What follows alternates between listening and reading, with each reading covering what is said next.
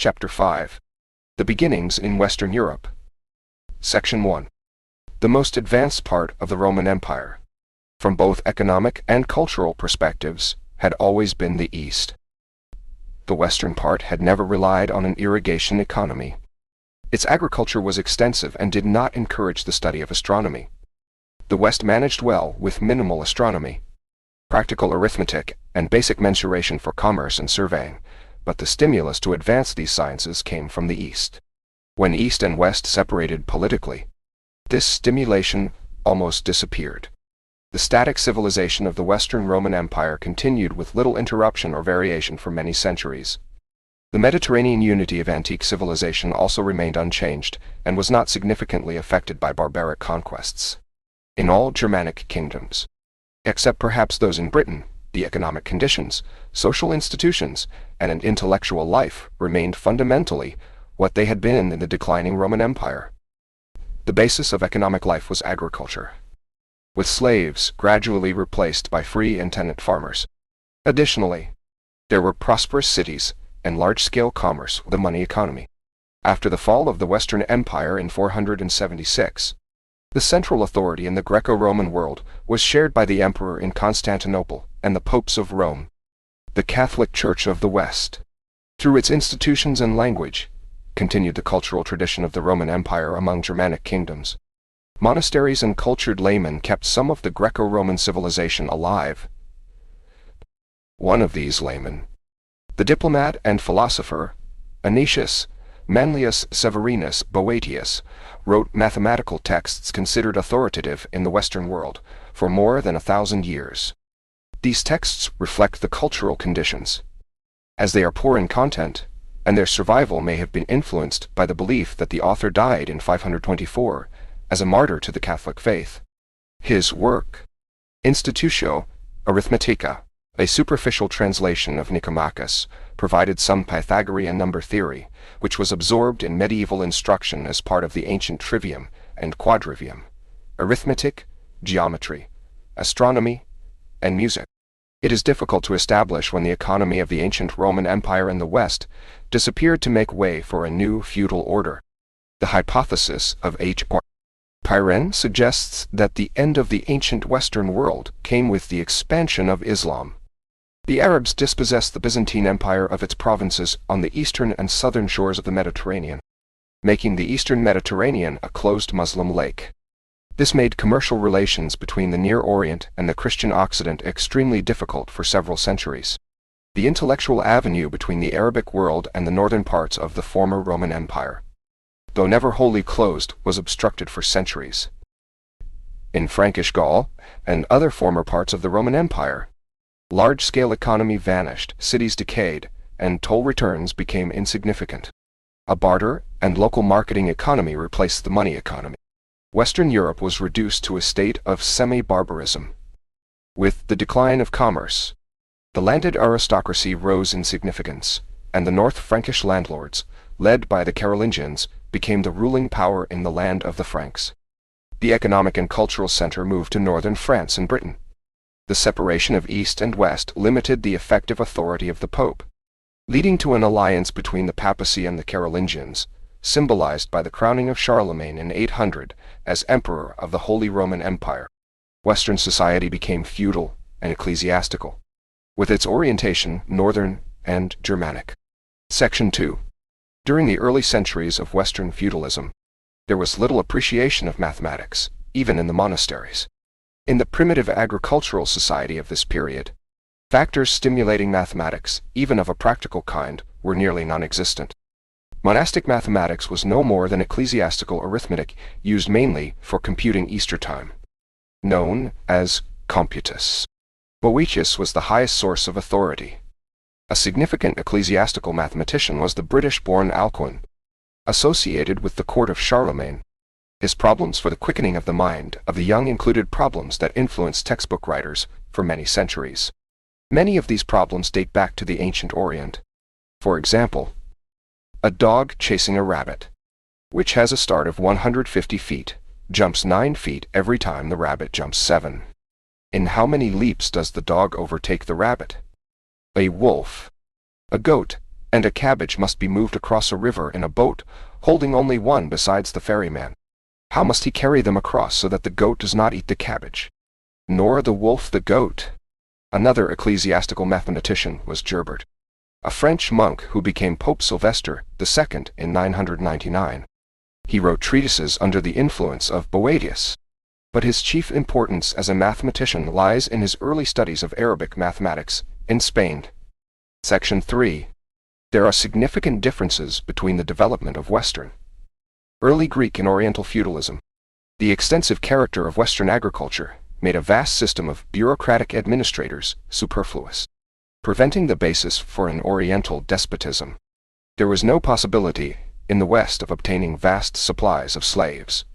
When villages in Western Europe grew into towns, these towns developed into self-governing units, where the burghers could not establish a leisure-based life on slavery. This deviation from the Greek polis and Western city development meant medieval townspeople had to rely on their own inventive genius to improve their standard of living, fighting a bitter struggle against feudal landlords and enduring much civil strife. They emerged victorious in the 12th, 13th, and 14th centuries. This triumph was based on rapid trade expansion, a growing money economy, and gradual technological improvement. The feudal princes often supported the cities in their fight against smaller landlords, eventually extending their rule over the cities, leading to the emergence of the first national states in Western Europe. The cities began to establish commercial relations with the Orient, which was still the center of civilization. These relations were sometimes peaceful, sometimes violent, as in the many crusades. Italian cities were the first to establish mercantile relations, followed by those of France and Central Europe. Scholars followed or sometimes preceded the merchant and soldier. Spain and Sicily were the nearest points of contact between East and West, and here Western merchants and students became acquainted with Islamic civilization. When Toledo was taken from the Moors by the Christians in 1085, Western students flocked to this city to learn the science transmitted in Arabic. They often employed Jewish interpreters for conversation and translation. In 12th century Spain, Plato of Tivoli, Gerardo of Cremona, Adelard of Bath, and Robert of Chester translated Arabic mathematical manuscripts into Latin, making Europe familiar with Greek classics through Arabic. By this time, Western Europe was advanced enough to appreciate this knowledge. Section 4. The first powerful commercial cities arose in Italy, where during the 12th and 13th centuries, Genoa, Pisa, Venice, Milan, and Florence carried on a flourishing trade between the Arabic world and the north. Italian merchants visited the Orient and studied its civilization. Marco Polo's travels show the intrepidity of these adventurers. Like the Ionian merchants of almost 2,000 years before, they tried to study the science and arts of the older civilization, not only to reproduce them, but also to assimilate them into their own mercantile society, which saw the growth of banking and the beginnings of a capitalist form of industry in the 12th and 13th centuries. The first Western merchant whose mathematical studies showed maturity was Leonardo of Pisa. Leonardo da, also called Fibonacci, traveled in the Orient as a merchant. On his return, he wrote his book Liber Abaci in 1202, filled with arithmetic and algebra information he had collected on his travels. In the book Practica Geometria in 1220, Leonardo described his discoveries in geometry and trigonometry. He may have been an original investigator as well, since his books contain many examples not found in Arabic literature. He does quote Al-Khwarizmi, as in the discussion of the equation x squared plus 10x equals 39, the problem leading to the series of Fibonacci 0, 1, 1, 2, 3, 5, 8, 13, 21, and so on, where each term is the sum of the two preceding terms, seems to be new, as is his remarkably mature proof that the roots of the equation x cubed plus 2x squared plus 10x equals 20 cannot be expressed by means of Euclidean irrationalities, by means of compasses and ruler only. Leonardo proved it by checking each of Euclid's 15 cases, then solved the positive root of this equation approximately, finding 6 sexagesimal places. The series of Fibonacci resulted from the problem: how many pairs of rabbits can be produced from a single pair in a year, if each pair begets a new pair every month? which from the second month on becomes productive, and b. Deaths do not occur. Liberabachi is one of the means by which the Hindu-Arabic system of numeration was introduced into Western Europe. Its occasional use dates back to centuries before Leonardo, when it was imported by merchants, ambassadors, scholars, pilgrims, and soldiers from Spain and the Levant. The oldest dated European manuscript containing the numerals is the Code Ex Vigilanus, written in Spain in 976. However, the introduction of the 10 symbols into Western Europe was slow. The earliest French manuscript in which they are found dates from 1275 Tort. The Greek system of numeration remained in vogue along the Adriatic for many centuries. Computation was often performed on the ancient abacus, a board with counters or pebbles, often lines drawn in sand, similar to counting boards still used by Russians, Chinese, Japanese, and children on their baby pens. Roman numerals were used to register the result of a computation on the abacus. Throughout the Middle Ages, and even later, Roman numerals were found in merchants' ledgers, indicating the abacus was used in offices. The introduction of Hindu-Arabic numerals met with public opposition, as their use made merchants' books difficult to read. In the Statutes of the Arte del Cambio of 1299, the bankers of Florence were forbidden to use Arabic numerals and were obliged to use cursive Roman ones. During the 14th century, Italian merchants began to use some Arabic figures in their account books. Additionally, intermediate forms such as IIMIICXV for 2315 were found. Section 5. With the extension of trade, interest in mathematics spread slowly to northern cities. Initially, it was mainly a practical interest, and for several centuries, arithmetic and algebra were taught outside universities by self-made reckon masters, usually ignorant of the classics, who also taught bookkeeping and navigation. For a long time, this type of mathematics retained definite traces of its Arabic origin, as words such as algebra and algorithm testify. Speculative mathematics did not entirely die during the Middle Ages. It was cultivated not among men of practice, but among scholastic philosophers.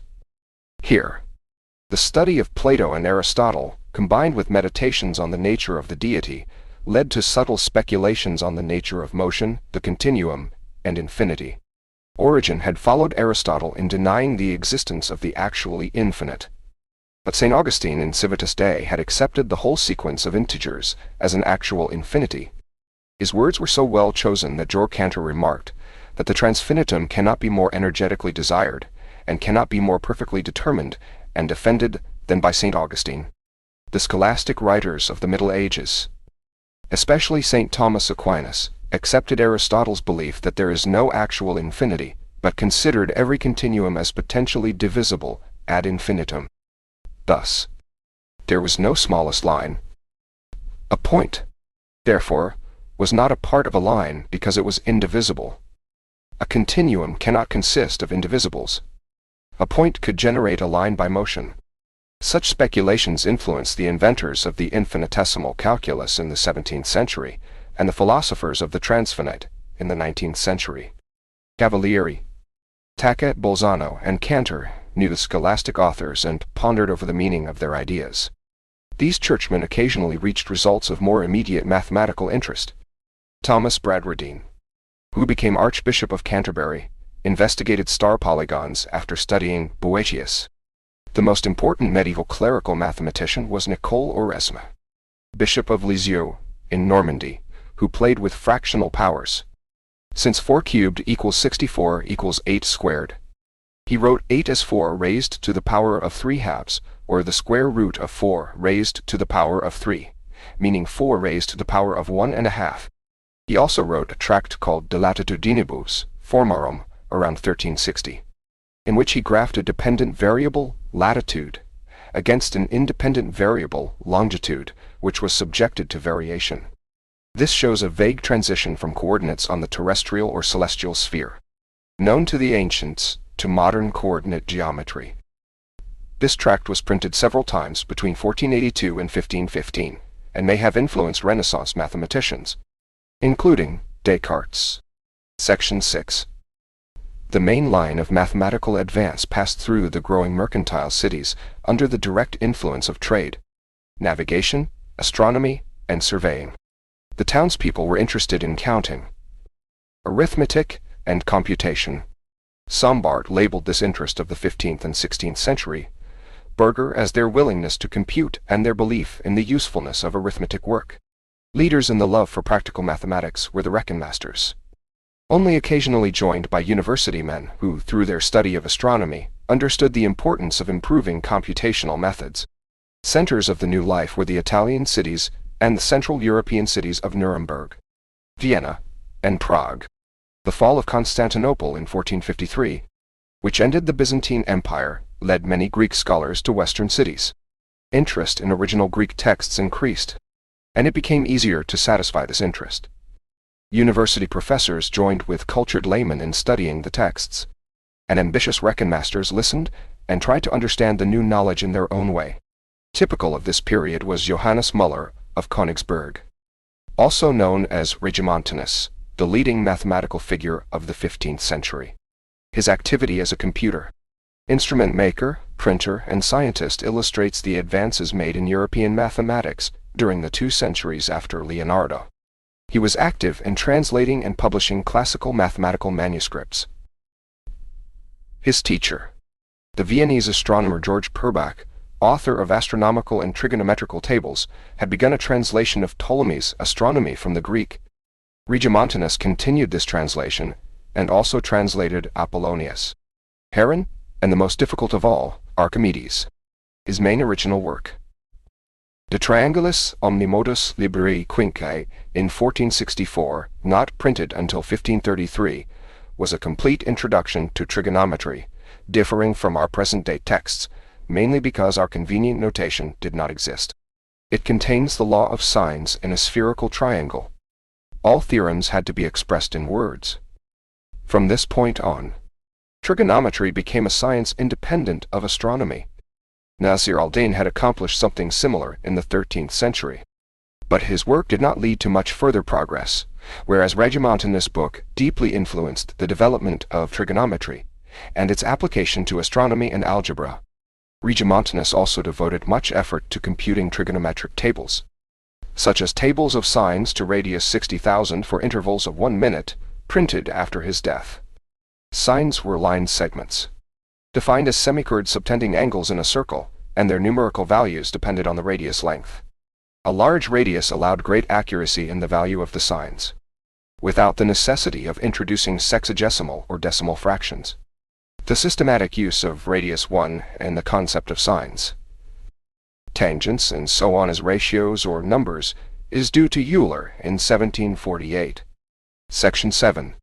Until this point, no definite step had been taken beyond the ancient achievements of Greeks and Arabs.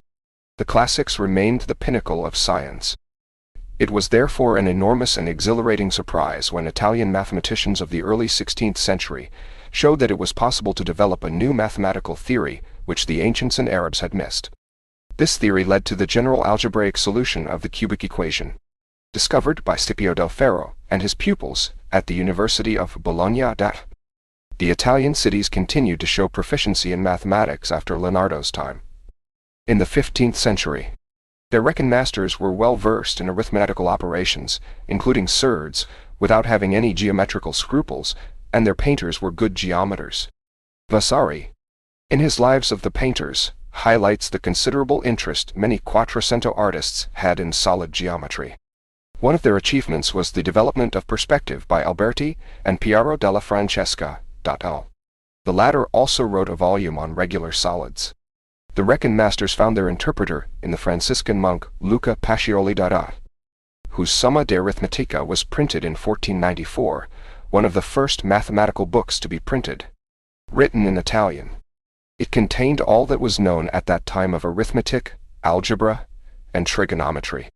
By then, the use of Hindu-Arabic numerals was well established, and the arithmetical notation did not greatly differ from ours. Pacioli ended his book with the remark that the solution of the equations x cubed plus mx equals n and x cubed plus n equals mx was as impossible at the present state of science as the quadrature of the circle. At this point, the mathematicians at the University of Bologna began their work. This university, around the turn of the 15th century, was one of the largest and most famous in Europe.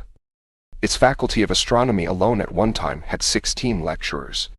Students flocked from all parts of Europe to listen to the lectures and to the public disputations, which also attracted large, sportively minded crowds. Among the students were Paschali, Albrecht Dürer, and Copernicus. Characteristic of the New Age was the desire not only to absorb classical information, but also to create new things, to penetrate beyond the boundaries set by the classics. The art of printing and the discovery of America exemplified such possibilities. The question arose, was it possible to create new mathematics? Greeks and Orientals had tried their ingenuity on the solution of the third-degree equation, but had only solved some special cases numerically. The Bolognese mathematicians now tried to find the general solution. These cubic equations could all be reduced to three types: x cubed plus px equals q, x cubed equals px plus q, and x cubed plus q equals px, where p and q were positive numbers. They were investigated by Professor Scipio del Ferro, who died in 1526. According to E. Bortolotti, del Ferro solved all types. He never published his solutions, and only told a few friends about them. Nevertheless, word of the discovery spread, and after Scipio's death, a Venetian reckon master, nicknamed Tartaglia, rediscovered his methods in 1535. He demonstrated his results publicly, but kept his methods secret. Eventually, he revealed his ideas to a learned Milanese doctor, Hieronimo Cardano, who had to swear to keep them a secret. However, in 1545, Cardano published his book on algebra, Ars Magna, which disclosed the method with due acknowledgement to Tartaglia, causing a bitter debate and insults. Out of this controversy came interesting documents, including Tartaglia's Quaesiti in 1546, and Ferrera's Cartelli in 1547 and 48, making the discovery's history public knowledge. Ars Magna became famous. The solution, now known as the Cardan solution for the case x cubed plus px equals q, involves the square roots of a plus the square root of b. This introduced quantities different from the Euclidean square root of a plus the square root of bi. Cardano's Ars Magna included another brilliant discovery: Ferreri's method of reducing the solution of the general biquadratic equation to a cubic equation. Cardano also considered negative numbers, calling them fictitious, but was unable to handle the irreducible case of the cubic equation, where three real solutions appear as the sum or difference of what we now call complex numbers. This difficulty was resolved by the last of the great 16th century Bolognese mathematicians, Raphael Bombelli, whose algebra appeared in 1572. In this book, Anageometry, written around 1550, Bombelli introduced a consistent theory of imaginary complex numbers. He used the notation for the square root of a negative number, allowing him to treat the irreducible case and show that the sum of two complex numbers can equal a real number. Bombelli's book was widely read. Leibniz studied it for cubic equations, and Euler quoted Bombelli in his own algebra in the chapter on biquadratic equations. Complex numbers gradually lost their supernatural character, though full acceptance came only in the 19th century. Interestingly, imaginary numbers were first introduced in the theory of cubic equations, not in quadratic equations as in modern textbooks. Section 8. Algebra and computational arithmetic remained the favorite subjects for mathematical experimentation for many decades. Stimulation came not only from the mercantile bourgeoisie, but also from the demands of surveying and navigation by leaders of new national states. Engineers were needed for public works and military constructions. Astronomy remained an important domain for mathematical studies. This was the period of the great astronomical theories of Copernicus, Tycho Brahe, and Kepler, leading to a new conception of the universe. Philosophical thought reflected the trends in scientific thinking, with Plato's admiration for quantitative mathematical reasoning gaining ascendancy over Aristotle. Platonic influence is particularly evident in Kepler's work. Trigonometrical and astronomical tables appeared with increasing accuracy, especially in Germany. J. Rheticus, with his pupil Valentin Otho, created tables of trigonometric values for every 10 seconds up to 10 places. The tables of Pitiscus in 1613 reached 15 places. The understanding of equation roots and solving techniques improved. Adrian van Rieman's public challenge in 1593 to solve a 45th degree equation was characteristic of the times. Van Riemann proposed special cases related to regular polygons. François Viète, a French lawyer at the court of Henry IV, solved Van Riemann's problem using trigonometric tables. Viète also reduced Cardano's cubic equation solution to a trigonometric one, making the irreducible case less problematic. Viète's work in the theory of equations, where he was among the first to represent numbers by letters, greatly advanced algebra. His use of general symbolism and the signs for addition and subtraction paved the way for modern algebra, though he still adhered to the Greek principle of homogeneity, limiting the addition of different dimensional quantities. Computational technique reached new heights, surpassing the achievements of the Islamic world. Viète improved Archimedes' work, calculating pi to 9 decimals. Ludolf van Keulen calculated it to 35 decimals. Viète also expressed pi as an infinite product. These improvements resulted from better notation. The introduction of Hindu-Arabic numerals and Viète's notation greatly enhanced mathematical capability, showing that new modes of writing can lead to new discoveries. Viète notation improvements were followed by Descartes' application of algebra to geometry, marking a significant advancement. Section 9. Engineers and arithmeticians were in demand in the new commercial states, especially France, England, and the Netherlands. Astronomy flourished throughout Europe. The Italian cities, despite losing their central role after the sea route to India's discovery, remained important. Among the great early 17th century mathematicians and computers were Simon Stevin, an engineer, Johann Kepler, an astronomer, and surveyors Adrian Vlach and Ezekiel de Decker. Stevin, a bookkeeper from Bruges, became an engineer in the army of Prince Maurice of Orange, who valued Stevin's combination of practical sense, theoretical understanding, and originality. In La Disme, in 1585, Stevin introduced decimal fractions as part of a project to unify measurements on a decimal base, a significant improvement enabled by the general use of Hindu-Arabic numerals. The other great computational improvement was the invention of logarithms. Several 16th-century mathematicians explored coordinating arithmetic and geometric progressions to ease trigonometric table work. Poincaré work.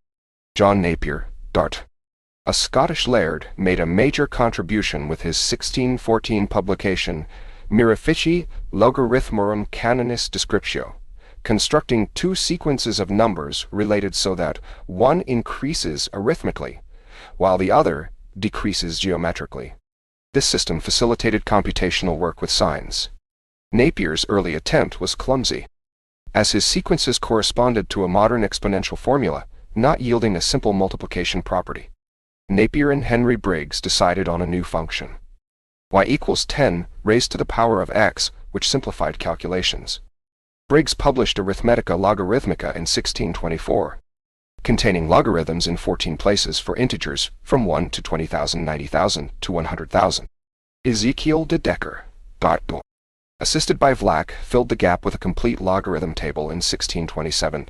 Logarithms were quickly embraced by mathematicians and astronomers, particularly by Kepler, who had experienced elaborate computations. Our explanation of logarithms by exponentials is historically somewhat misleading, as the concept of an exponential function dates only from the later 17th century. Napier had no notion of a base, and natural logarithms based on the exponential function appeared contemporaneously with Briggian logarithms, but were not fully understood until the development of the infinite calculus.